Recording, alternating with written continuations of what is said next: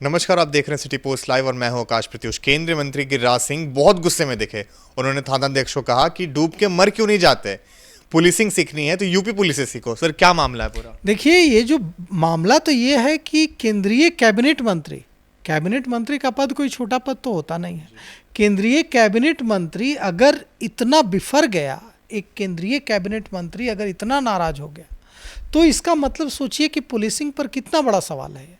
और केंद्रीय कैबिनेट मंत्री गिरिराज सिंह ने क्या कुछ कहा, उन्होंने थानेदार को, एसएचओ को कहा कि कहीं जाकर डूबकर मर क्यों नहीं जाते, और यह भी कहा कि देखिए, सीखना ही, अगर पुलिसिंग सीखनी है तो यूपी पुलिस से सीखिए। अब इस पर बड़ा सवाल उठ रहा है।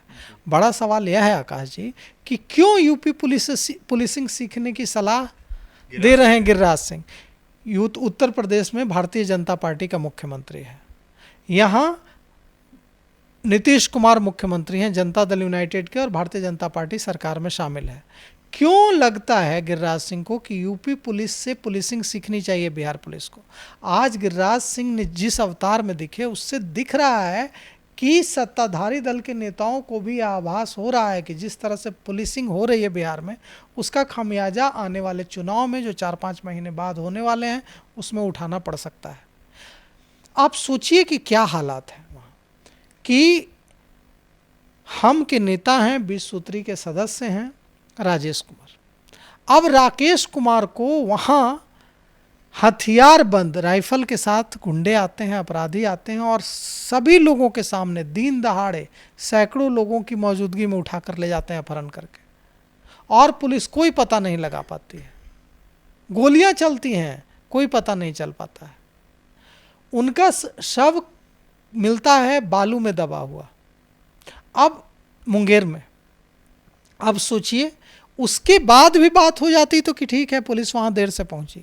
अब परिजन जब आज परिजनों से मिलने पहुँचे हैं गिरिराज सिंह, तो केंद्रीय कैबिनेट मंत्री गिरिराज सिंह को रोते हुए परिजनों ने बताया कि अपराधी अब भी राइफल के साथ आते हैं, धमकाते हैं, और आकर धमकाते हैं, दिन दहाड़े आते हैं, और कोई गवाह, इतनी दहशत है कि कोई गवाही देने के लिए तैयार नहीं है।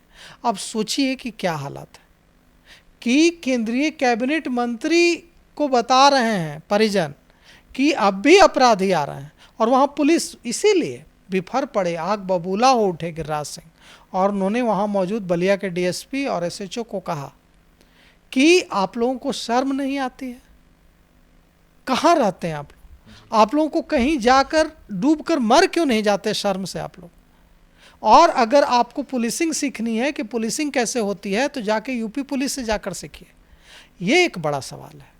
एसएचओ को उन्होंने यह कहा तो वहाँ तक तो बात समझ आती है कि जाकर कहीं डूब कर मर क्यों नहीं जाते, लेकिन बड़ा सवाल यह है कि गिरिराज सिंह ने यह भी कहा कि पुलिसिंग सीखनी है तो यूपी पुलिस से सीखिए। मतलब गिरिराज सिंह भी यह महसूस कर रहे हैं, गिरिराज सिंह भी यह मान रहे हैं कि बिहार में जो पुलिसिंग है वो चरमरा गई है, और बिहार पुलिस को यूपी पुलिस से पुलिसिंग सीखनी चाहिए। अब यह तो एक बड़ा सवाल पुलिस की कार्यशैली पर उठाता है कि क्या बिहार की पुलिसिंग इतनी लचर हो गई है कि पुलिसिंग सीखने बिहार पुलिस को यूपी जाना पड़ेगा और यूपी पुलिस से ट्रेनिंग लेनी पड़ेगी। दूसरा सवाल यह है कि यह भी कहा गिरिराज सिंह ने कि आप लोग नीतीश कुमार को बदनाम करके ही मानिएगा। तो देखिए, अभी तक तो यह बात विपक्ष के नेता कह रहे थे कि पुलिसिंग लचर हो गई है और पुलिस अधिकारियों को कहीं जाकर डूब मरना चाहिए। अब खुद केंद्रीय मंत्री कह रहे हैं, अब केंद्रीय कैबिनेट मंत्री कह रहे हैं कि पुलिसिंग लचर हो चुकी है। वे फटकार लगा रहे हैं और कह रहे हैं कि कहीं जाकर डूब मरो। इतना ही नहीं, वे कह रहे हैं कि यूपी पुलिस से जाकर सीखो पुलिसिंग। तो यह छोटी बात नहीं है, यह बहुत बड़ी बात है। केंद्र का कैबिनेट मंत्री भारत सरकार होता है।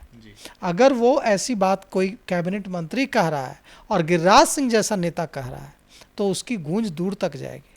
और देखिए, अब तो यह सवाल उठेगा, अब तो विपक्ष बोलेगा कि अभी तक तो हम बोल रहे थे, अब तो आपके कैबिनेट मंत्री बोल रहे हैं। भारतीय जनता पार्टी के फायर ब्रांड नेता गिरिराज सिंह बोल रहे हैं कि पुलिस व्यवस्था लचर हो गई है, और आप लोग नीतीश कुमार को बदनाम करके मानिएगा। तो ये कौन लोग हैं जो नीतीश कुमार को बदनाम कर रहे हैं।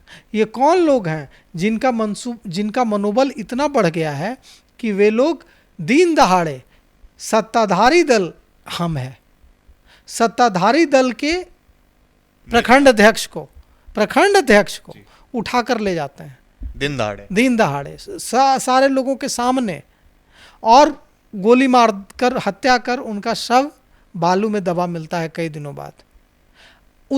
वही बात खत्म नहीं हो रही है।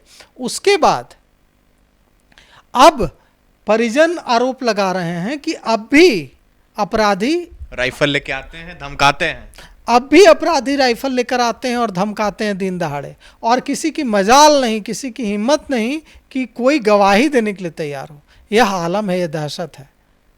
तो अब तो सवाल यह उठता है कि अगर ये हालत है जिससे रूबरू आज गिरिराज सिंह हुए, तो आप समझिए कि पुलिस की कार्यशैली पर यह कितना बड़ा सवाल है, और इसका जवाब तो देना होगा। और अब सवाल यह उठता है कि यह पुलिस के जो वरीय अधिकारी हैं, पुलिस के जो अफसर हैं, वे क्या जवाब देंगे? कहाँ है पुलिस? तो निश्चित अभी देखिए एक मामला पटना में हुआ। पटना में बोरिंग रोड पर गोलियां चली और एडीजी पंकज दरात पीछा कर रहे थे। इसके बावजूद अपराधी पकड़े नहीं गए, अपराधी भागने में कामयाब हुए। बाद में जो अपराधी हैं उन लोगों ने कोर्ट में सरेंडर किया।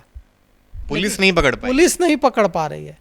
और अब सोचिए कि उसमें नाम आ रहा है कि एक पुलिस एसोसिएशन के पदाधिकारी का एक बेटा था गाड़ी में, वो जो अपराधी जो गोली चला रहे थे एडीजे पर, उसमें आ रहा है, ऐसा आरोप लग रहा है कि विपक्ष ऐसा आरोप लगा रहा है कि पुलिस एसोसिएशन के पदाधिकारी का एक बेटा था उसमें शामिल, और इसीलिए वे लोग भाग निकले। क्योंकि पुलिस ने बैरिकेडिंग नहीं की एडीजी के बोलने के बाद भी। एडीजी पंकज दरात लोकल थाना वहां पहुंचा ही नहीं। अब आप समझिए कि क्या हालत है।